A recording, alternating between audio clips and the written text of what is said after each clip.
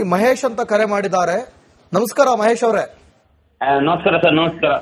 ಈಗ ನೋಡಿ, ಮಹಿಳೆಯರಿಗೆ ಯಾವುದೇ ರೀತಿ ಸ್ಥಾನವನ್ನ ನೀಡಿಲ್ಲ, ಒಂದು ಸ್ಥಾನ ಉಳಿಸಿಕೊಂಡಿದ್ದಾರೆ. ಒಟ್ಟು ಮುಖ್ಯಮಂತ್ರಿಗಳನ್ನು ಸೇರಿದಂತೆ 34 ಸೀಟ್ ಇರುವಂತ ಕ್ಯಾಬಿನೆಟ್ ನಲ್ಲಿ ಕೇವಲ ಕೊಟ್ಟರು ಬರೀ ಒಬ್ಬರಿಗೇನಾ, ಅಥವಾ ಕೊಡ್ಲಿಲ್ಲ ಅಂದ್ರೆ ಒಬ್ರು ಇಲ್ಲ, ಏನ್ ಹೇಳೋದಕ್ಕೆ ಬಯಸ್ತೀರಿ? ಹೌದು ಸರ್, ಈಗ ಮಹಿಳೆಯರಿಗೆ ಒಂದ್ ಸೀಟ್ ಅದು ಇವ್ರು ಕೊಡ್ಬೇಕಿತ್ತು. ಇವ್ರು ಬಂದೇ ಎರಡೂವರೆ ವರ್ಷ ಆಯ್ತು. ಈಗ 2.5 ವರ್ಷದಲ್ಲಿ ಇವ್ರು ಮಾಡೋದು ಏನನ್ನೋದಿಲ್ಲ. ಇವ್ರದ್ದು ಖಾಲಿ ಇದು ಕ್ಯಾಬಿನೆಟ್ ಇದು ಮಾಡ್ತೇನೆ, ನಾನು ಅದು ಮಾಡ್ತೇನೆ, ಇದು ಮಾಡ್ತೇನೆ ಅಂತ ಇವರು ಸುಮ್ನೆ ದಿನ ಕಳೆದಿರೋ ಹೊರತರು ಒಂದು ಕೆಲಸನಂತೂ ಮಾಡ್ಲಿಲ್ಲ. ಹೌದಲ್ಲ, ಇವ್ರು ಮಾಡ್ಬೇಕಿತ್ತಲ್ಲ ಕೆಲಸನೇ ಮಾಡ್ಲಿಲ್ಲ. ಇವ್ರು ಕ್ಯಾಬಿನೆಟ್ ಮಾಡಿದ್ರೆ ಇಲ್ಲಿ ಉತ್ತರ ಕನ್ನಡ ಜಿಲ್ಲೆಗೂ ನಮಗೂ ಒಂದು ಸ್ಥಾನನೂ ಕೊಡ್ಲಿಲ್ಲ. ಒಂದು ಸ್ಥಾನ ಇತ್ತು, ಅದನ್ನು ಸಹ ಇವರು ಕಿತ್ಕೊಂಡಿದ್ದಾರೆ. ಅಲ್ಲಿ ಮಂಗಳ ವೈದ್ಯರಿಗೆ ಕೊಟ್ಟಿದ್ರಲ್ಲ ಉತ್ತರ ಕನ್ನಡ ಜಿಲ್ಲೆಯಲ್ಲಿ ಭಟ್ಕಳದಲ್ಲಿ, ಅದನ್ನು ಅವ್ರು ಕೊಡ್ಬೇಕಿತ್ತು, ಅದನ್ನು ಕೊಡ್ಲಿಲ್ಲ. ಇಲ್ಲಿ ಮಹಿಳೆಯರಿಗೂ ಒಂದು ಪ್ರಾತಿನಿಧ್ಯನೂ ಇವರು ಕೊಡ್ಲಿಲ್ಲ. ಇವ್ರು ಮಾಡೋದು ಏನಿಲ್ಲ, ಸುಮ್ಮನೆ ಇಲ್ಲಿ ಬಂದು ಭಾಷಣ ಮಾಡ್ತಾರೆ ಮತ್ತೆ ಹೋಗ್ತಾರೆ ಅಷ್ಟೇ. ಇವ್ರು ಏನಾದ್ರು ಮಾಡ್ಬೇಕಿತ್ತಲ್ಲ, ಏನು ಮಾಡೋದಿಲ್ಲ, ಏನಿಲ್ಲ. ಸುಮ್ಮನೆ ಗಾಲಿ ಪುಗಟಲ್ಲಿ ಬರ್ತಾರೆ, ಭಾಷಣ ಮಾಡ್ತಾರೆ, ಅದ್ ಮಾಡ್ತಾರೆ, ಇದ್ ಮಾಡ್ತಾರೆ, ಹಾಗ್ ಮಾಡ್ತೇನೆ, ಹೀಗ್ ಮಾಡ್ತೇನೆ ಅಂತ ಹೇಳ್ತಾರೆ. ಬಗ್ಗೆ ಇವ್ರದ್ದು ಇದ್ ಮಾಡ್ತಾರ. ಈಗ ಕ್ಯಾಬಿನೆಟ್ ಇವರು ರಚನೆ ಮಾಡಿದ್ದಾರೆ, ಓಕೆ. ಇವ್ರಿಗೆ ಮತ್ತೆ ಆ ಸ್ಥಾನ ಈ ಸ್ಥಾನ ಅಂತ ಇದ್ರಲ್ಲಿ ಜಗಳ ಶುರು ಆಗ್ತದೆ ಅವ್ರದ್ದು. ನನಗೆ ಇದು ಬೇಡ, ನನಗೆ ಅದು ಬೇಡ, ನನಗೆ ಇದು ಬೇಕು, ನನಗೆ ಅದು ಬೇಕು ಅಂತ. ಇದರಲ್ಲಿ ದಿನ ತೆಗೆದು ಇಲ್ಲಿ 3 ವರ್ಷ ಸೀದಾ ಆಯ್ತು. ಈಗ ಮತ್ತೊಂದ್ 2 ವರ್ಷ ಮಾಡ್ತಾರೆ. ಅಲ್ಲಿ ಏನಿಲ್ಲ, ಇಂಪ್ರೂವ್ಮೆಂಟ್ ಏನಿಲ್ಲ. ಇಲ್ಲಿ ಅದೊಂದು ಹಾಸ್ಪಿಟಲ್ ಒಂದು ಕಟ್ಲಿಕ್ಕೆ ಆಗ್ಲಿಲ್ಲ ಅವ್ರ ಹತ್ರ, multi speciality hospital. Thank you Mahesh ಅವರೇ, ರಿಪಬ್ಲಿಕ್ ಕನ್ನಡ ಜೊತೆ ಮಾತಾಡಿದ್ರೆ. ಪಾಪ ಅವರ ಆಕ್ರೋಶವನ್ನ ಹೊರಗಡೆ ಹಾಕ್ತಾ ಇದ್ದಾರೆ, ಬರೀ ಕಿತ್ತಾಟ ಗುದ್ದಾಟ, ಕೆಲಸ ಮಾಡ್ತಾ ಇಲ್ಲ, ಈ ಕಡೆ ಮಹಿಳೆಯರಿಗೂ ಪ್ರಧಾನ ಇಲ್ಲ ಅಂತ ಹೇಳಿ. ನೆಕ್ಸ್ಟ್ ಕಾಲರ್ ಚಂದ್ರನಾಯಕ್ ಅವರು ಕರೆ ಮಾಡಿದ್ದಾರೆ ಹಾವೇರಿಯಿಂದ. ಚಂದ್ರನಾಯಕ್ ಅವರೇ ನಮಸ್ತೆ, ಏನ್ ಹೇಳಕ್ ಬಯಸ್ತೀರಿ? ಮೇಡಮ್, ನಾನು ಬಯಸೋದು ಒಂದೇನೆ, ಕಾಂಗ್ರೆಸ್ ಪಕ್ಷಕ್ಕೆ ಬಲ ಆಗಿ ನಿಂತಿದ್ದು ಮಹಿಳೆಯರು. ಹೌದು, ಕಾಂಗ್ರೆಸ್ ಪಕ್ಷಕ್ಕೆ ಮಹಿಳೆಯರು ಬಲ ಆಗಿ ನಿಂತಿದ್ದಕ್ಕೆ ಈಗ ಅವಾಗ ಮಹಿಳೆಯರನ್ನ ಮರ್ತು ಬಿಟ್ರೆ ಹೇಗೆ ಅಂತ ಕಾಂಗ್ರೆಸ್ ಪಕ್ಷ ಮಹಿಳೆಯರಿಗೆ ಮಾಡ್ತೇವೆ, ಗೃಹಲಕ್ಷ್ಮಿ ಮಾಡ್ತೇವೆ, ಮತ್ತೆ ಭಾಗ್ಯ ಜ್ಯೋತಿ ಕೊಡ್ತೇವೆ ಅಂತ ಎಲ್ಲೆಲ್ಲಾ ಸ್ಕೀಮ್ ಎಲ್ಲ ಮಾಡಿದ್ರಲ್ಲ. ಇವಾಗ ಪೊಲಿಟಿಕಲ್ಲಿ ನಡೀತಿರೋದು ಶಾಸಕರ ಸ್ಥಾನ ಕೊಡ್ತೇವಂತ ಹೇಳಿ ಕೊಡದೇ ಇರೋದು ಭಾರಿ ಅನ್ಯಾಯ ಆಗ್ತಾ ಇದೆ ಮಹಿಳೆಯರಿಗೆ. ನಿಜ ನಿಜ ನಿಜ.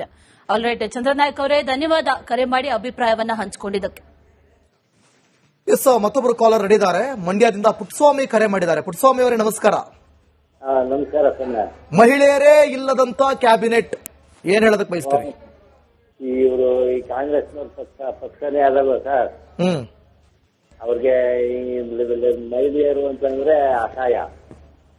ಅವರು 33% ಮಹಿಳೆಯರು ಕೊಡಬೇಕು ಅನ್ನೋದನ್ನೇ ವಿರೋಧ ಮಾಡ್ತಾವ್ರೆ. ಅವ್ರೆಲ್ಲಿ ಕೊಡ್ತಾರೆ ಇಲ್ವಾ?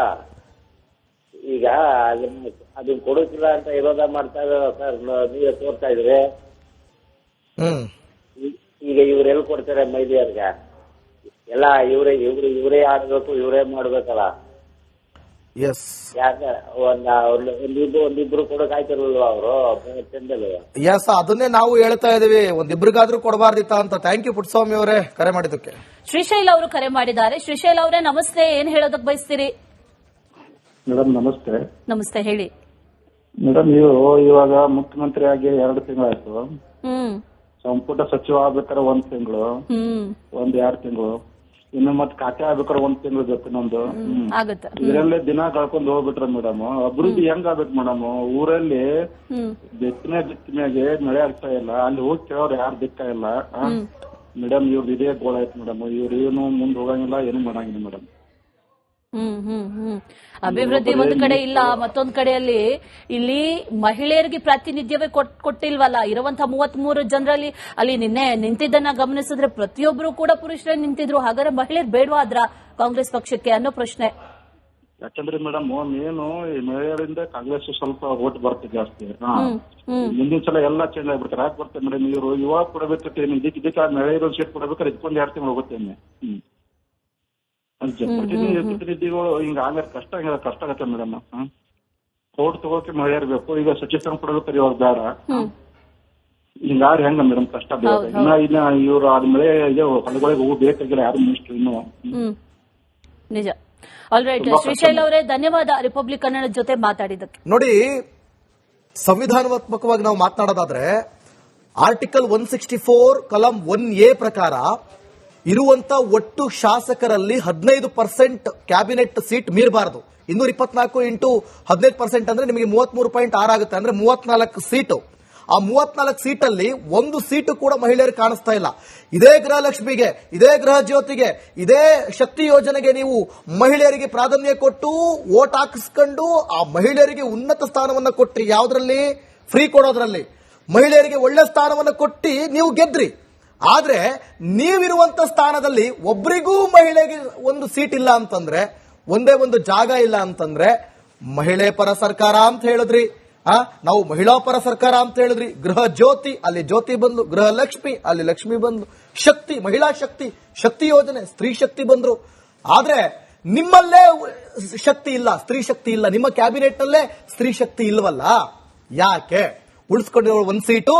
ನಾವು ಅದೇ ಪ್ರಶ್ನೆ, ನಮಗೀಗ ಅದೇ ಡೌಟು, ಈ ಶಕ್ತಿ ಇಲ್ವೋ ಅಥವಾ ಅದು ಕೂಡ ಈ ಅಸಮಾಧಾನವನ್ನು ಸಮತೋಲನ ಮಾಡೋದಕ್ಕೆ ಉಳಿಸ್ಕೊಂಡಿದಿರೋ ಅನ್ನುವಂತ ಪ್ರಶ್ನೆ ನಿರ್ಮಾಣ ಆಗ್ತಾ ಇದೆ. DK ಶಿವಕುಮಾರ್ ಅವರು ಇದನ್ನ ಹೇಗ್ ನಿಭಾಯಿಸ್ತಾರೋ, ಅಥವಾ ಉಳ್ಕೊಂಡಿರೋ ಒಂದು ಸೀಟಲ್ಲಿ ಯಾರಿಗಾದ್ರೂ ಕೊಡ್ತಾರೋ, ಅಥವಾ ಈ ಹಿಂದೆ ಇದ್ದವ್ರನ್ನೇ ಮುಂದುವರಿಸ್ತಾರೋ ಅನ್ನೋದು ಕೂಡ ಗೊತ್ತಿಲ್ಲ. ಮತ್ತೊಬ್ಬ ಕಾಲರ್ ರಮೇಶ್ ಅವರು ಕರೆ ಮಾಡಿದ್ದಾರೆ. ರಮೇಶ್ ಅವರೇ ನಮಸ್ತೆ, ಏನ್ ಹೇಳೋದಕ್ಕೆ ಬಯಸ್ತೀರಿ ಇದ್ರ ಬಗ್ಗೆ? ಮೇಡಮ್ ನೋಡ್ರೆ, ಏನಿಲ್ಲ, ಅಲ್ಲೇ ನಮ್ ಸರ್ ಹೇಳ್ತಿದ್ರಲ್ಲ, ಅಸಮರ್ಥರು ಅಲ್ಲ ಅನ್ನೋದಕ್ಕೆ ಕೊಟ್ಟಿ ನೋಡ್ಬೇಕು ಅಂದಂಗೆ. ಈಗ ನಮ್ಮ ದೇಶನ, ನಮ್ಮ ಹಿಂದೆ ನಮ್ಮ ಬ್ರಿಟಿಷ್ ಕಾಲದಲ್ಲ ಕಿತ್ತೂರಾಣಿ ಚೆನ್ನಮ್ಮ ಅನ್ಕೋಬವ ಏನೋ ಹೆಣ್ಮಕ್ಳು ಎಷ್ಟೆಷ್ಟು ದೊಡ್ಡ ದೊಡ್ಡ ಸಾಧನೆಗಳು ಮಾಡೋರೆ ಅಲ್ವೇ? ಅವೆಲ್ಲ ಮಾಡಿದ್ರೆ ತಾನು ಅಸಮರ್ಥರು ಅಂತ ನಮಗ್ ಗೊತ್ತಾದ್ರು, ಸಮರ್ಥರಾಗವ್ರೆ ಅಂತ. ಹಂಗಾಗಿ ಜೈಲಿಗೆ ಹೋಗಿ ಬಂದವರಿಗೆ ಅವಕಾಶ ಕೊಡ್ತಾರೆ, ಜೊತೆಗೆ ಪಕ್ಷ ವಿರೋಧಿ ಚಟುವಟಿಕೆ ಮಾಡಿದವ್ರಿಗೆ ಮತ್ತೊಂದು ಅವಕಾಶ ಸಿಗುತ್ತೆ ಅಂತಂದ್ರೆ, ಮಹಿಳೆಯರು ಏನು ಮಾಡಿಲ್ಲ ಅಂತ ಹೇಳೋದಕ್ಕಿಂತ ಮೊದಲು ಏನ್ ಮಾಡೋದಕ್ಕಾದ್ರೂ ಅವಕಾಶ ಕೊಡಿ. ನಿಜ. ಫಸ್ಟ್ ಅವ್ರು ಕೊಟ್ಮೇಲೆ ಅವರು ತೋರಿಸ್ತಾರೆ, ಅವ್ರು ನಾವು ಏನು ಸಮರ್ಥರಾಗಿ ಏನ್ ಮಾಡಿದೀವಿ ಅನ್ನೋದನ್ನ ಅವ್ರ ಸಾಧನೆ ಮುಖಾಂತರ. ಆಮೇಲೆ ಇನ್ನೊಂದಷ್ಟು ಜನ ಹೆಣ್ಮಕ್ಳು ಮುಂದೆ ಬರೋಕೆ ಅವಕಾಶ ಸಿಗುತ್ತೆ. ನಿಜ ನಿಜ. ಆ ಟಾಪ್ ಲೆವೆಲ್ ಅಲ್ಲೇ ಬಂದಿಲ್ಲ ಅಂತಂದ್ರೆ ಇನ್ ತಳಮಟ್ಟದಲ್ಲಿ ಇರುವಂತಹ ಶಾಲಾ ಕಾಲೇಜುಗಳಲ್ಲಿರುವಂತಹ ಮಕ್ಕಳ ಪರಿಸ್ಥಿತಿ ಏನು, ಮನೆಯಲ್ಲಿರುವಂತಹ ಹೆಣ್ಮಕ್ಳ ಪರಿಸ್ಥಿತಿ ಏನು? ತಾಲೂಕ್ ಪಂಚಾಯತಿಲೆಲ್ಲ, ಜಿಲ್ಲಾ ಪಂಚಾಯತಿ ಹೆಣ್ಮಕ್ಳೆಲ್ಲ ಗೆದ್ದು ಮಂಡಲ ಪಂಚಾಯತ್ ಮೆಂಬರು, ಅಧ್ಯಕ್ಷರು ಎಲ್ಲ ಆಯ್ಕೆ ಹೊತ್ತಲ್ಲಿ ಇಲ್ಲಿ ಮಾಡಿದ್ರೆ ಆ ಮಟ್ಟಕ್ಕೆ ಹೋದಾಗ ಅವ್ರು ಅದನ್ನ ಸಮರ್ಥನೆ ಮಾಡ್ಕೋತಾರ ಅವರು. ಎಕ್ಸಾಕ್ಟ್ಲಿ. ರಮೇಶ್ ಅವರೇ ಧನ್ಯವಾದ ರಿಪಬ್ಲಿಕ್ ಕನ್ನಡ ಜೊತೆ ಮಾತಾಡಿದ್ದಕ್ಕೆ. ನೋಡಿ, ನಾನು ಹೇಳೋದಕ್ಕೆ ಏನ್ ಹೇಳ್ತೀನಿ ಅಂದ್ರೆ, ಯೂಶಲಿ ರಾಮಚಂದ್ರ ಅವರು ಕರೆ ಮಾಡಿದ್ದವ ಇವಾಗ, ಅವ್ರು ಹೇಳ್ತಾ ಇದ್ರು, ನೋಡಿ ನಾನು ಆಕ್ಚುಲಿ ಒಬ್ಬ ಜರ್ನಲಿಸ್ಟ್ ಆಗಿ ಕೆಲವೊಂದು ವೈಯಕ್ತಿಕ ಅಭಿಪ್ರಾಯಗಳನ್ನ ಕೊಡಂಗಿಲ್ಲ. ಬಟ್ ಆದ್ರೂ ಈ ವಿಚಾರದಲ್ಲಿ ಸಂಪೂರ್ಣವಾಗಿ ಇಡೀ ಮಹಿಳೆಯರೇ ಸರ್ಕಾರ ನಡೆಸೋದಕ್ಕೂ ನಂದೊಂದು ಮೇಲ್ಗೈ ಇದೆ. ಸಂಪೂರ್ಣವಾಗಿ ಮಹಿಳೆಯರೇ ವಿತ್ ಸಿಎಂ ಸರ್ಕಾರ ನಡೆಸ್ತಾರೆ ಅಂತಂದ್ರೆ, ಯಾಕಂದ್ರೆ ಯಾಕಾಗಿ ಅನ್ನಿಸ್ತು ಅಂದ್ರೆ, ಮೊದಲೇ ಅನ್ಸಿತ್ತು, ಬಟ್ ನೀವ್ ಹೇಳೋದು ಒಂದು ಪಾಯಿಂಟ್ ನಾನು ತಗೊಂಡೆ. ಜೈಲಿಗೆ ಹೋಗಿ ಬಂದವರಿಗೆ ಸೀಟ್ ಸಿಗುತ್ತೆ, ತಪ್ಪು ಮಾಡಿದವರಿಗೆ ಮತ್ತೊಂದು ಅವಕಾಶ ಸಿಗುತ್ತೆ ಅಂದಮೇಲೆ ನೀವ್ ಹೇಳ್ದಂಗೆ ಹೆಣ್ಣು ಮಕ್ಕಳದು ಒಂದು ಕೇಸ್ ಇಲ್ಲ, ಒಂದು ಯಾವುದೇ ರೀತಿ ತಪ್ಪುಗಳು ಕಾಣಿಸೋದಿಲ್ಲ. ಹಾಗಿದ್ಮೇಲೆ ಸಂಪೂರ್ಣ ಸರ್ಕಾರ ಮಹಿಳೆಯರು ಮಾಡಿದ್ರು ತೊಂದರೆ ಇಲ್ಲ. ನಮ್ದು ಅದಕ್ಕೆ ಮೇಲ್ಗೈ ಇದೆ. ನೋಡಿ ಏನ್ ಮಾಡಬಹುದು ಅನ್ನೋದೇ ಕುತೂಹಲ ಈಗ. ಹೌದು, ಇರುವಂತ ಒಂದನ್ನ ಕೊಟ್ಟು ತಕ್ಕ ಮಟ್ಟಿಗೆ ಈಗ ಉಳಿದ ದಿನದಲ್ಲಿ ಬ್ಯಾಲೆನ್ಸ್ ಮಾಡೋದಕ್ಕೆ ಸರ್ಕಾರ ಪ್ರಯತ್ನ ಪಡಬಹುದು ಅನ್ನುವಂತ ರೀತಿಯಲ್ಲಿ ಅಂದಾಜಿಸಲಾಗ್ತಾ ಇದೆ. ಅದನ್ನೂ ಕೂಡ ಕೊಟ್ಟಿಲ್ಲ ಅಂತಂದ್ರೆ ನಿಜಕ್ಕೂ ಕೂಡ ಮುಂದಿನ ದಿನಗಳಲ್ಲಿ ಏನ್ ಉತ್ತರ ಕೊಡಬೇಕು ಅದನ್ನ ಮಹಿಳಾ ಮತದಾರರು ಕೊಡಬಹುದು. ಈ ಬಾರಿ ಮಹಿಳಾ ಮತದಾರರು ದಾಖಲೆ ಸಂಖ್ಯೆಯಲ್ಲಿ ಬಂದು ಮತದಾನ ಮಾಡಿದ್ರು.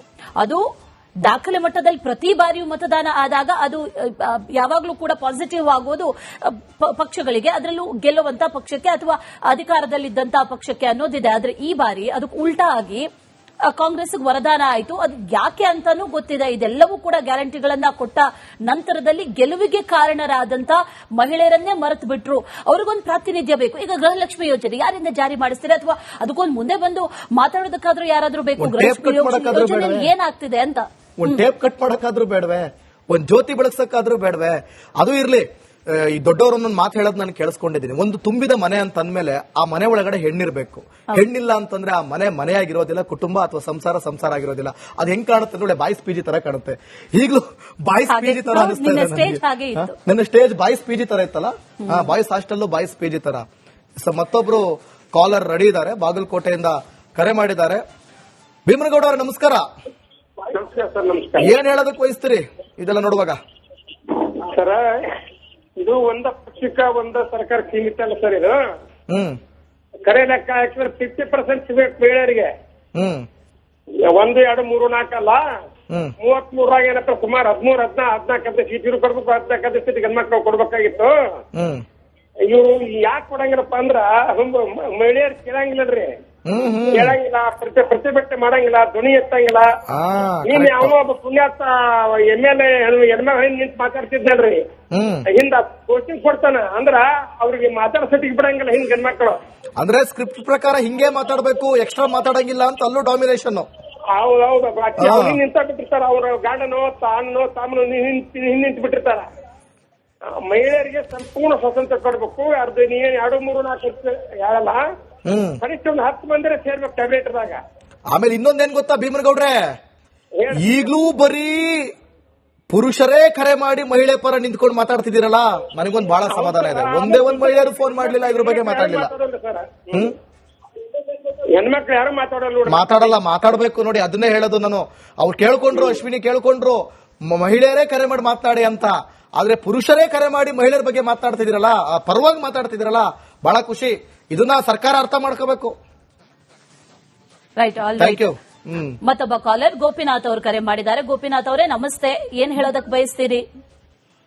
ಏನಿಲ್ಲ ಮೇಡಮ್, ಈಗಿನ ಕ್ಯಾಬಿನೆಟ್ ನಲ್ಲಿ ಈಸಿಯಾಗಿ ಇಬ್ಬರನ್ನ ಅಕಾಮಿಡೇಟ್ ಮಾಡಬಹುದಾಗಿತ್ತು. ಅದೇನ್ ತೊಂದರೆ ಇರ್ತಾ ಇರಲಿಲ್ಲ. ಆಯ್ತಾ, ಒಬ್ರು ಕರಪ್ಷನ್ ನಲ್ಲಿ ಸಿಗಾಕೊಂಡಿದ್ರು, ಇನ್ನೊಬ್ರು ಕಾಂಗ್ರೆಸ್ ಪಾರ್ಟಿ ಬಗ್ಗೆನೆ ಅಪಸ್ವರಗಳು ಈ ತರ ಎಲ್ಲ ಮಾಡಿದ್ರು ಅಲ್ವಾ. ಅಂತದ್ರಲ್ಲಿ ಈಸಿಯಾಗಿ ಇಬ್ರು ಲೇಡೀಸ್ ಅಕಾಮಿಡೇಟ್ ಮಾಡಬಹುದಾಗಿತ್ತಲ್ಲ. ಮೋದಿ ಇದು 33% ವುಮನ್ ರಿಸರ್ವೇಶನ್ ಇಲ್ಲಿ ಇಂಪ್ಲಿಮೆಂಟ್ ಆಗೋದಲ್ಲ. ಅಂದ್ರೆ ನೋಡಿ ಎಷ್ಟು ತಪ್ಪಿದೆ ನೋಡಿ ಇದರಲ್ಲಿ ಕ್ಯಾಬಿನೆಟ್ ನಲ್ಲಿ. ಅಟ್ಲೀಸ್ಟ್ ಲೇಡೀಸ್ ಬೇಡವಾ, ಯಾವ್ದನ್ನ ಒಂದು 2 ಪೋರ್ಟ್ಫೋಲಿಯೋಗೆ ಇಷ್ಟು ಜನ ಹೆಡ್ ಇಟ್ಕೊಂಡು ಇಬ್ರು ಈಸಿಯಾಗಿ ಅಕಾಮಿಡೇಟ್ ಮಾಡಬಹುದು. ಇದೇನ್ ತೊಂದರೆ ಅಲ್ಲ, ಬಹಳ ಈಸಿಯಾಗಿ ಮಾಡಬಹುದು. ನಿಜ. ಕರಪ್ಷನ್ ಮಾಡಿರೋರ್ನ, ಜೈಲಿಗೆ ಹೋಗಿರೋರ್ನ ಎಲ್ಲಾರನ್ನು ಸೇರ್ಸ್ಕೊಳ್ಳೋ ಬದಲು ಇಬ್ರು ಕೊಡ್ಬೋದಾಯ್ತು, ಹೊಸ ಪೇಸ್ಗಳು ಯಾರೇನ ಇದ್ರೆ. ಕರೆಕ್ಟ್. ಆಲ್ ರೈಟ್, ಗೋಪಿನಾಥ್ ಅವರೇ ಧನ್ಯವಾದ ಕರೆ ಮಾಡಿ ಮಾತಾಡಿದಕ್ಕೆ. ಎಂಥ ತಾರತಮ್ಯ ನಡೆದಿದೆ ಅನ್ನೋದು ಕಣ್ಣು ಮುಂದೆ ಇದೆ. ಅದಕ್ಕೆ ಉತ್ತರ ಏನ್ ಕೊಡ್ತಾರೆ ಅನ್ನೋದೇ ಈಗ ಇರುವಂತಹ ಪ್ರಶ್ನೆ. ಉತ್ತರ ಕೊಟ್ಟಿದ್ದಾರೆ, ಸಮರ್ಥಿಸಿಕೊಂಡಿದ್ದಾರೆ ಅನೇಕರು. ಆದ್ರೆ ಅದ್ಯಾವುದು ಸಮರ್ಥನೆಯನ್ನ ಅಕ್ಸೆಪ್ಟ್ ಮಾಡುವಂತಹ ರೀತಿಯಲ್ಲಿ ಇಲ್ಲ. ಈ ಒಂದ್ ರೀತಿಯಲ್ಲಿ ಹೆಣ್ಮಕ್ಳಿಗೆ ಆಗಿರುವಂತಹ ಅನ್ಯಾಯನ ಅಂತ ಹೇಳ್ಬೋದು. ಯಾಕಂದ್ರೆ ಭೀಮನಗೌಡ ಅವ್ರು ಮಾತಾಡೋದು ಕೇಳಿಸ್ಕೊಂಡ್ರೆ ನೀವು, ಅವ್ರು ಏನ್ ಹೇಳ್ತಿದ್ದಾರೆ, ಹೆಣ್ಮಕ್ಳು ಮಾತಾಡೋಕ್ ಮುಂದೆ ಬರ್ತಾ ಇಲ್ಲ, ಪ್ರೊಟೆಸ್ಟ್ ಮಾಡಲ್ಲ, ಪ್ರತಿಭಟನೆ ಮಾಡಲ್ಲ, ಕೇಳಲ್ಲ, ಈಗಲೂ ಕರೆ ಮಾಡಿ ಯಾರು ಮಾತಾಡ್ಲಿಲ್ಲ. ಎಕ್ಸಾಂಪಲ್ ಹಿಂಗಿದ್ದಾಗ ಅವ್ರು ಅದನ್ನೇ ಯೂಸ್ ಮಾಡ್ಕೋತಾರೆ. ಅದನ್ನೇ ಆ ವೀಕ್ನೆಸ್ ಅವರು ಮೇನ್ ಪಾಯಿಂಟ್ ಆಗಿ ಇಟ್ಕೊಂಡು ಈಗ ಅವ್ರ ಬಾಯಲ್ಲಿ ಬಂತಲ್ಲ, ಯಾರು ದಿನೇಶ್ ಗುಂಡೂರಾವ್ ಅವರ ಮೇಲೆ ಬಂತಲ್ಲ, ಇವ್ರು ಗೆಲ್ಲಲ್ಲ, ಇವ್ರ ಕೈಲಿ ಆಗಲ್ಲ, ಇವ್ರು ಮಾಡಲ್ಲ, ಈ ರೀತಿಯಾದಂತ ಮನೋಭಾವವನ್ನ ನೀವೇ ಸೃಷ್ಟಿ ಮಾಡ್ತಾ ಇದ್ದೀರಿ. ಅದಕ್ಕೆ ನಾನು ಹೇಳ್ತಾ ಇದ್ದೀನಿ, ಮಾತನಾಡುವವರಾಗಿ, ಕೇಳುವವರಾಗಿ, ಪ್ರಶ್ನೆ ಮಾಡುವವರಾಗಿ ಅಷ್ಟೇ. ಎಕ್ಸಾಕ್ಟ್ಲಿ.